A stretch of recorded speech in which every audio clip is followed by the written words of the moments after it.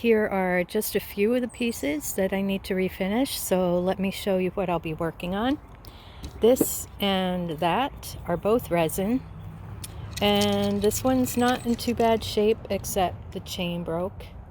So that's an easy fix. I've got plenty of chain on hand. This one, the paint has been chipping off. It's in really good shape except for in there, right there, it's got a big hole. So I'll probably patch that up with some epoxy putty. So that's not too bad. This one and this one, these are terracotta pots that I painted, and other than being dirty, they're in really good shape. Here I've got a couple metal pieces. This one back here is in pretty good shape. I'm not going to bother doing anything to that. This one needs to be wire brushed and repainted.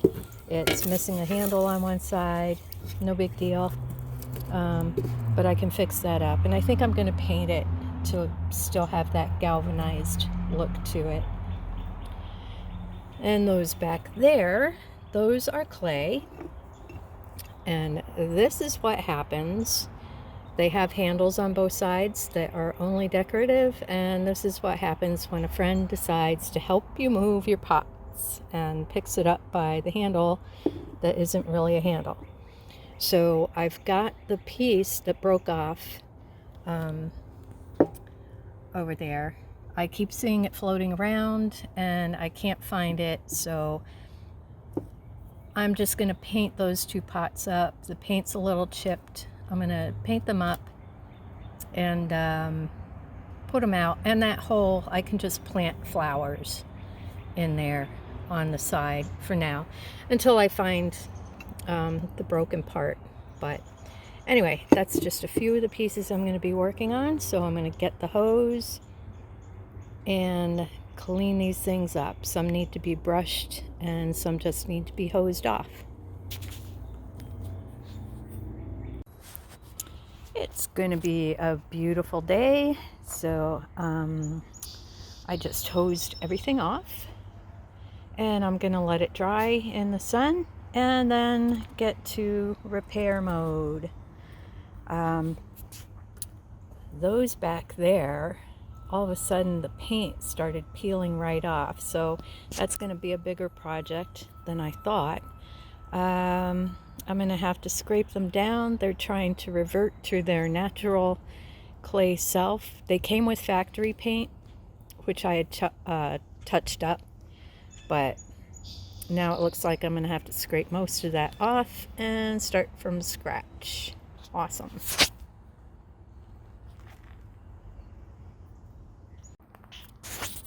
Here we go. So there's a lot going on here this week. I am fixing pottery pieces that need a little refinishing, and I'm starting all my seed. I don't start my seed in those tiny little starter pots. I start them in bigger size planters. Let them root in really good. And let me show you one of my shortcuts. This is a 6-inch pot. I do all different sizes depending on what the plant is and where it's going to end up when I transplant it. So eggshell cartons, I put all my eggshells in my garden beds because they're really good, and the nesting birds profit from the protein in the shell. So during the winter, I just throw the whole egg carton out there, and they don't decompose that readily, but they're available for me when I need them. So instead of filling the whole pot with soil, I take parts of the egg carton, put that in, and these are all my garden cuttings. I don't cut my gardens down in the fall. Whoa, okay. Doing this one-handed and all by myself. Okay, so, okay, hold on. Doing this one-handed and all by myself. So, let me just put that back in there. So what I do, in the spring, I cut down all my tall flowering plants. They've gone to seed or the birds have taken advantage of them. And I just snap all that stuff up and put it in there. Not like that, but I'll show you in a second. So I've got these snapped off twigs, and this alleviates the need for drainage in your pot. And another really cool thing about this is that as I fill like a whole pot. I've got a lot of garden beds. I fill a whole pot just of snapped stalks of flowers and that sort of thing. And the birds come along and they pick at it for nesting while I'm doing my thing. So it's beneficial in every way. I also, when I cut down my tall grasses, I cut off the seed heads and I save the stalks, and those I cover my vegetable beds with for insulation and mulching. All right, so I've got a number of pots here ready to go and get planted. So I'm going to move these guys out of the way and show you another great gardening hack. I'm not a fan of the word hack, but this is great if you have really nice hanging planters and want to be a little bit environmentally conscious and not buy those cocoa shells every year. And this is a jewel that's just been dug out of my garden like an archaeological dig. So I'm going to take a step back, get these out of the way, and show you what else is next. Right, so check this out. I really neglected this piece, but I love it. And it fell off the fence post back there and has been just sitting in the ground for a long time. So I don't know, it's pretty heavy. So it's like a heavy, I don't think this is resin. I think this is actually stone, which is great because it's hard to find. This is really heavy, but look at that moss. So while it was sitting on the ground, it kind of got a character of its own. And I just finally stopped being lazy and pulled it back up. And so what I'm going to do, I want to keep the moss in there. So I'm going to pull this out. This is a ground weed here in Connecticut. I don't know exactly what it's called, but it puts up a stalky purple flower, sort of like a zuga. And I'm going to pull that out very gently. I'm going to put a barrier. I'll show you that in a second. I use, you could use chicken wire or whatever. So I'm going to put a little barrier there so I keep the moss, and then press that in and let it stay there. I'm not sure what I'm going to plant in it yet.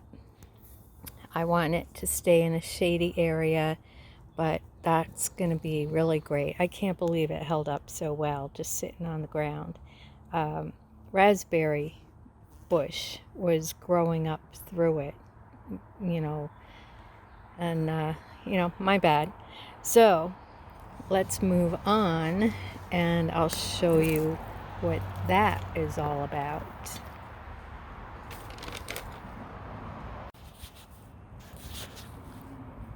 Oh, well, I got better light. There you go. Look at that. I love moss. Look at the dragonfly. That looks so cool. I want to keep that moss growing on this, and that's how I know this is stone and not that cheap resin, you know what. And here is a common problem for all of us. That's one of those open baskets that you put the cocoa liner into. It didn't have the netting on there. I did that myself because I was so tired of buying cocoa netting. You can hardly find it, and usually the only way to get it cheaply is if you buy another pot with it, which is stupid. These are really expensive powder coated metal planters. Very nice. I was lucky that I was able to salvage them from somebody who was just really just tossing them out. The chains are really good. That just came off the hook. The chains are really good. These are really expensive planters. So what I do, instead of the cocoa liner, I take the heavy duty netting, and I'll show you in a second, and I zip tie it on, and this will last forever. And then I take scrap fabric. This is a really heavy duty, kind of an upholstery fabric. I've used denim. Old denim jeans cut up work great. You don't have to cut it to shape. You know, if the overhang bothers you, you can roll it up and, you know, just tie twine or a nice ribbon around to finish it off. But I don't let that bother me. So what I do with these, I don't put drainage in them. I put soil in, and then I either water them really well or let the rain come and let the soil sink before I put the plants in. You know, it's a really great way to repurpose your pots, and cocoa shells are not good for the environment. So let me show you what I use. Because I have a water garden, and I do net it in the fall. That's a really necessary thing. And when the herons come in the spring, I have to net it again for my fish. So I use this really heavy stuff. It's more expensive, but this crap, this stuff that comes in, you know, this is so dangerous. They call it deer netting. You can net off your pond, net off your yard, blah, blah, blah. Animals get stuck in this. I get stuck in this, and I can't get out of it. It's so dangerous. It's bad for landfills.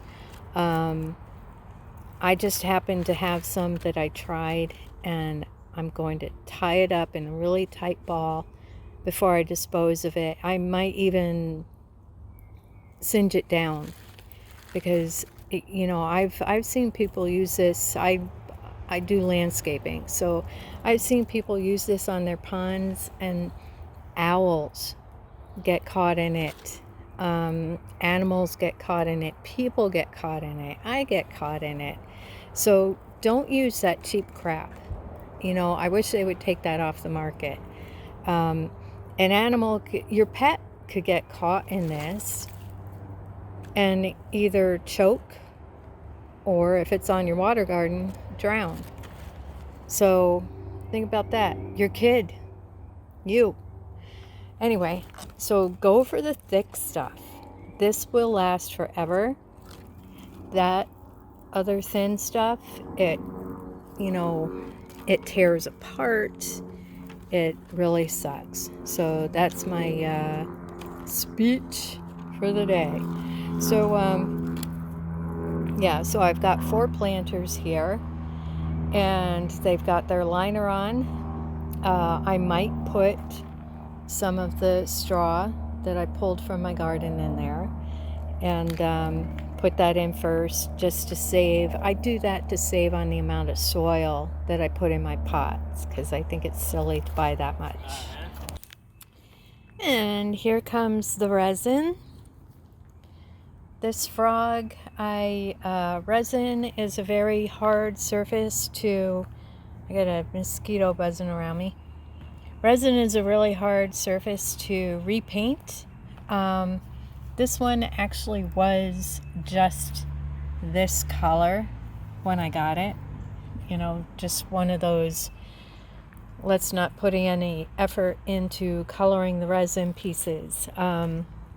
So I had already painted this a couple years ago, and I don't know if you can see, I started with a patchy black base, and I went over it with some patches of green, and then I spray painted, all of it was spray painted and airbrushed. So then I went back over it with a really nice, I just happened to have a spray can of a really bright metallic gold, and I buffed that in. So it looked great for a few years. It got that little hole down there, so I'm going to patch that up because it stays full of liquid right down there. So I'm going to use some epoxy putty and fill that in. I might put something in there, you know, because I'm not going to fill the whole gap. So I'm going to put something in there just as a backing and fill it with the epoxy putty to seal it. And then I'm going to go back over with the same colors and refinish this piece. The paint is not really chipping, so it's in really pretty good shape. So just a few touch-ups. I don't like to spend too much time on this stuff, but I'm working on a whole bunch of pieces like these guys. More resin. The chains got really rusty, and in my last video they basically fell apart as I was holding them, but that's no problem because I always have plenty of chain on hand. I use it a lot for displaying my artwork when I need to hang my artwork without, like if my last studio had brick walls, so I used a chain to hang my artwork off of and hung that off the ceiling. So one of those cases where you know you have plenty of something but you can't find it when you need it. I've got yards of chain that are already painted black. I spray painted most of my chain black to blend against the wall. So I'm going to find that.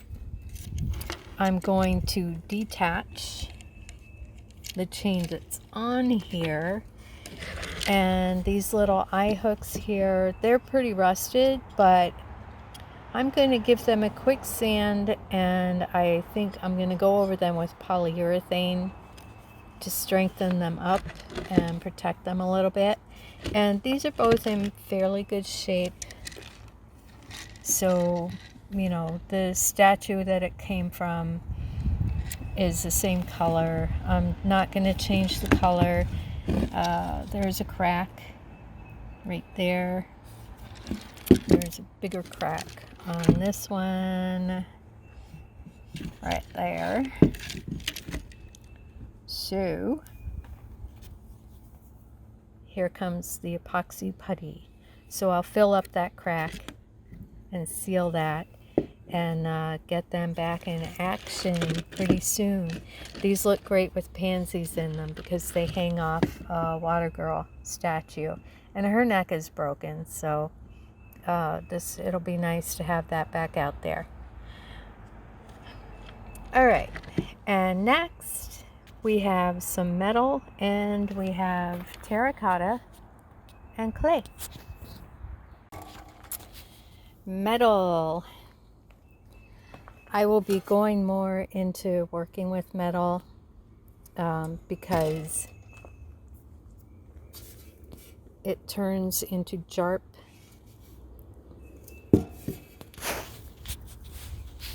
Because I've got some statuary, and this one, the paint is starting to chip, but when you look underneath that, let me see if I can do this one-handed. When you look underneath that, it's just galvanized steel, or yeah, so it's rusting on the bottom.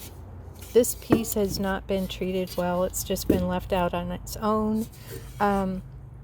I think what I'm going to do, because the rust isn't too bad and I've got a lot of other stuff to do, this is going to look really pretty and rustic just from peeling off the paint.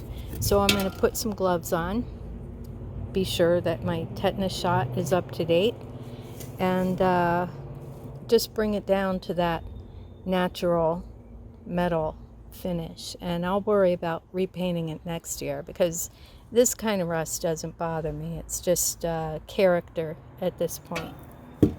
It's missing a handle, no big deal. I'm not sure what I'm going to put in it, but it'll be a nice decorative piece. And this one, it's been inside forever, so I'm not even going to bother with that. I don't usually bother planting anything in small planters because I kind of go big a showy, but this would make a nice tabletop piece with some portulaca coming up. And if, in case you're wondering, those pretty blue flowers back there, that is Scilla. It is April, and I've planted a ton of this stuff around all of my garden beds to naturalize. It's a great woodland plant. Put it in the shade. If you see down there, I've got bleeding heart coming up in the middle, a cedar tree, which I'm going to have to relocate, and it's also growing with myrtle. So when the scilla starts to fade away, the myrtle will start blooming. So it's a constant, ongoing process of color around here. But that is one of my favorites. I love it going through the woods. Beautiful plant. Terracotta. These are a few of the terracotta pots that I have painted. Terracotta is a very thirsty surface. So when I prepare to paint these pots, I put a coat of clear on it first to quench its thirst, and then I paint. So because it will absorb everything you put on it. So for example, this big one here, and I do paint down to the rim on the inside because you want it to, you know, continue that decoration. So this one here, this is one of my favorites. Terracotta with a base of polyurethane and acrylic paint, and then a little more urethane, and these hold up really well. This is a small pot. I've left it outside, you know, it's been tossed around. I don't plant a lot in the small pots, but I use them as gifts. This one, I love the glow of it. I used a little bit of red and burnt umber, or crimson, burnt umber, and then that was put on top of a little bit of gold. And this little medium-sized one here, I was just playing around with that, and I really like how that came out. So I'm keeping that one. So back to the big guy. This one here, I put a light blue base down, and overlaid a piece of lace and airbrushed a darker blue over that, which is that negative color space comes through.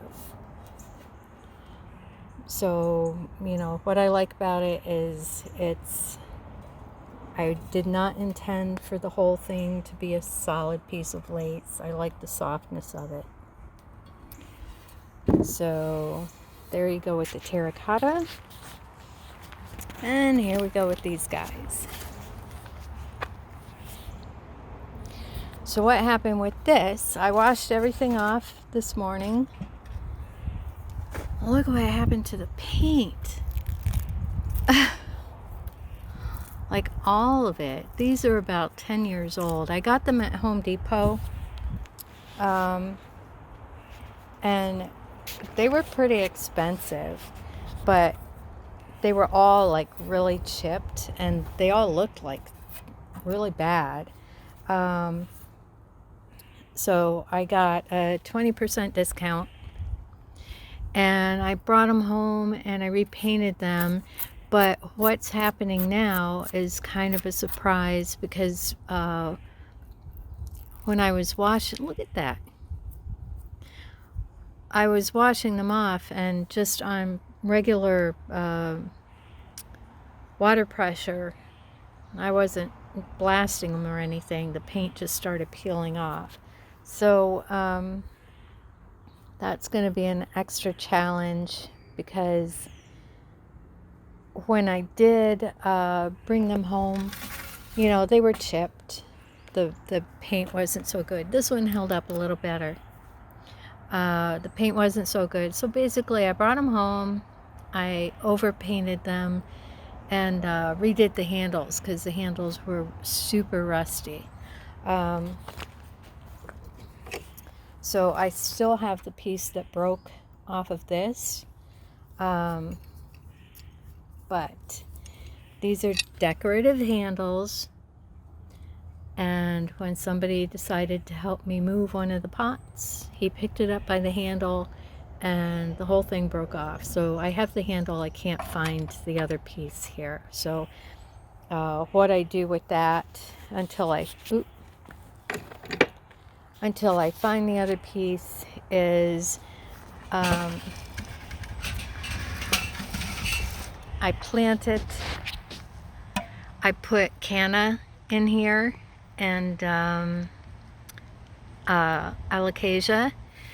So I've got tall plants coming up the top and I'll just fill this space in. I put a little pot in there to keep the soil in and I'll just have a climbing plant coming out of that, like maybe portulaca, because it's in a bright sunny spot.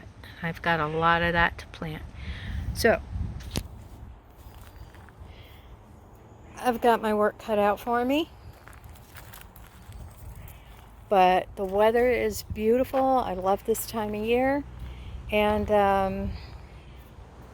I'll be working on some of these pieces and hopefully you'll get to see them in their finished state, but probably not these guys because they're like totally, this is some kind of concrete. It's not clay, it's not terracotta.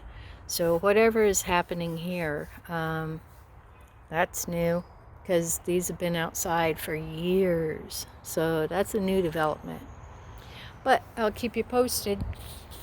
See how it goes. So coming out here, I'm going to hang my metal hangers that I just filled with fabric and cloth up there and over by the garage and let them settle. So while I was up here, I figured I would show you. I've got these really big fiberglass planters and you can see the fiberglass coming through.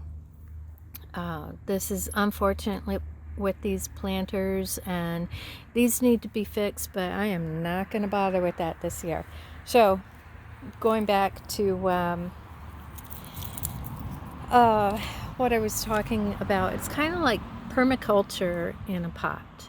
So because I have these hibiscus that I keep in their pots so I can take them out over winter, and I don't need to fill this humongous pot with soil. So I raked up all the leaves in the area and put them in the pots, put these guys in, nested them in, and then I'm going to fill them with more, let that settle, and then start filling with dirt, like so. It's a great way to use your resources. So in the meantime, I'm going to put a planter up there, but also those trellises are looking pretty bad. So I'm going to take them down, and the metal is rusty and they need to be restained. So those are going to come down and those are going to get worked on and refinished. I grow Thumbergenia, I don't know if I'm saying it right, black-eyed Susan vine up these, and they're happy there. They love it. It works. Here's another resin piece that needs a bit of work, and those are actually hibiscus in the pots, standard hibiscus that I have had for about 15 years, and I haven't treated them very well this year. They've taken a lot of cold, pretty good hit, but nothing's snapping off. And look at that, I see green. So hibiscus, these three guys, they're going to come back up, and if they don't, I'm going to take some of my black-eyed, okay, I can't say it, Thumbergenia, black-eyed Susan vine, and I'll just plant a couple right in there and grow it up the stalk. So no harm, no foul. And in the meantime, I grow nasturtium and little, I don't know the variety, but I have these really nice little clustering zinnias that I put in there, and salvia, and a hidden treat in the pots of the hibiscus that I save. There are some full-blown, not zinnias. What are they? Come on.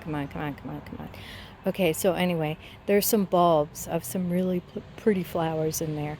So, yeah, that's what I do with these. And like I said, with the fiberglass pots, with these, to fix them, like they're really kind of starting to fray on the edges. And next year I'm going to have to definitely do something, but you know, just get some Bondo and some fiberglass filler and fix that right on up. There's no need to chuck that stuff, and it's horrible in the landfill. So yeah, that's what's going on up here.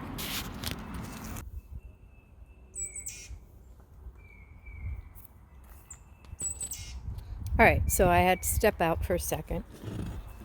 Anyway, what I did with these resin planters, the chain was rusted and the hooks were really rusted, and one of them broke off as I was taking off the chain. So what I did with these, just as an experiment, I don't know if it's going to work, I put contact cement around the hooks, and hopefully it'll harden and keep them in place for a little bit. Just as an experiment. I have other ways that I usually deal with this, which would be to completely pop off the hook, drill a new hole, and put another hook in place of that with a better piece of adhesive and material. But these are mine, so I'm kind of experimenting with what to use for commission pieces. I would never, just experiment on somebody else's piece without first using it on my own. So, bringing me to this, I don't think I'm a fan of this. This is epoxy putty, and it's been on here for over 3 hours. It's still very soft.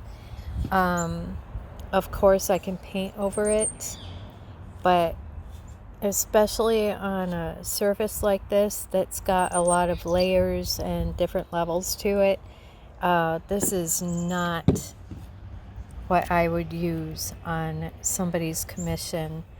Like I said, I'll tell you when the jury is out, but it's still very goopy. I don't like the way it laid on. I don't like the way it looks. I'm going to go back to the other products that I use to fill in gaps like this. I'm pretty sure I don't like using the epoxy putty at all, especially because this was a really big gap, and I've got a water fountain that has a huge gap in it, and I think I might go for Bondo to fill larger holes like that in the future. What I did, this one had a couple cracks in it, and I just took the, maybe you can see the glimmer of the glue there. I just took the contact cement and filled the hairline cracks in there. I can paint over that, I know, and I can also cut out all of the little knobs that are sticking out there. So anyway, while all that was going on, I don't know if I used a plant tag in here. I cut it out to fill up the gap, and I used contact cement to put this on.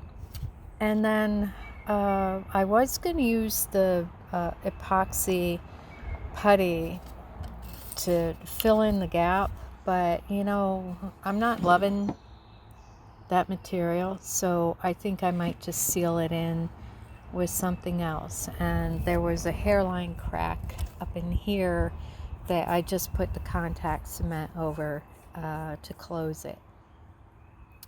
So what I did with the frog, I worked back and forth with all these pieces. So what I did with the frog, you can see the black here. I sprayed a little bit more black.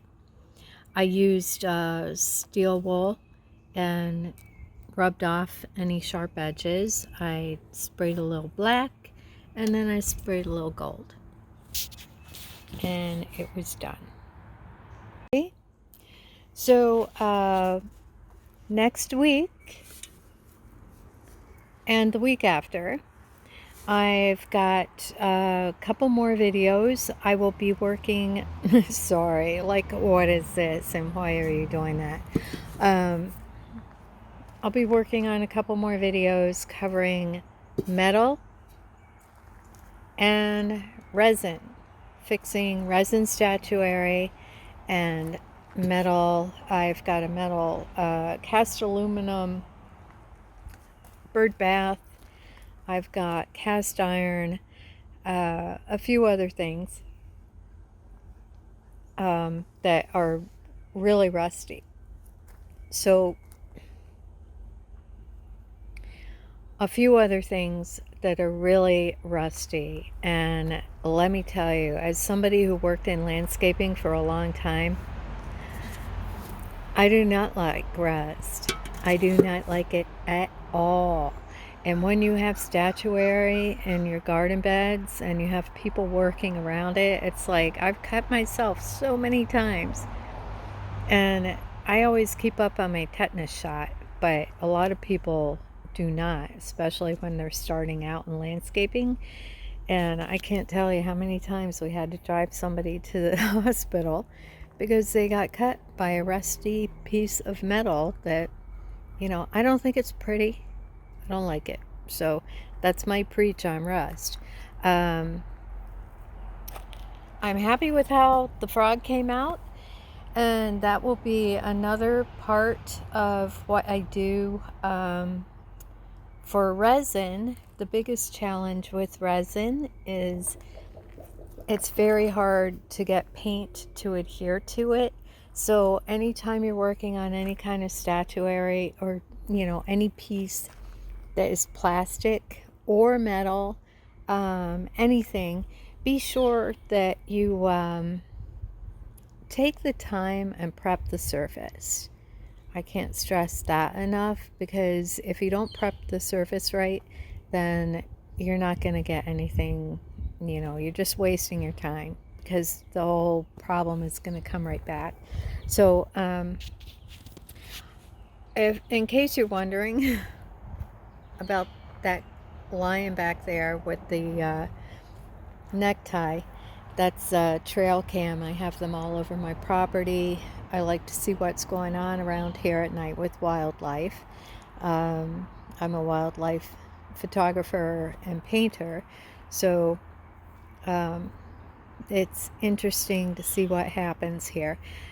So those two lines back there, they have cracks in their butts that need to be fixed and filled. So I'm not going to cover concrete this month, but if it doesn't take too much, to take care of your statuary and stuff, not like I do, because I let mine go to hell before, like, look at this thing. I just dug it out of the dirt.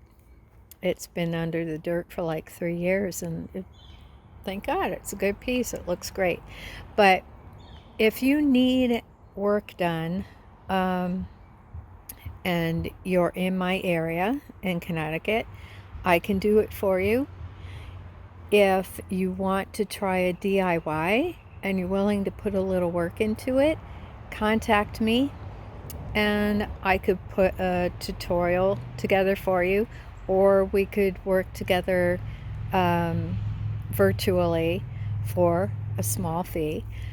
And like, comment, and let me know what you think about this. I think, repairing your statuary, look, we pay a lot of money for some of this stuff. So doesn't it make more sense to put a little time into it and keep it clean? Like, look at this. I've had this for at least 20 years. And I bring it indoors in the winter, but it stays out in the woods by the water garden every year. And I think I've kept it in great shape. It's doing a good job. So anyway, happy gardening, everybody.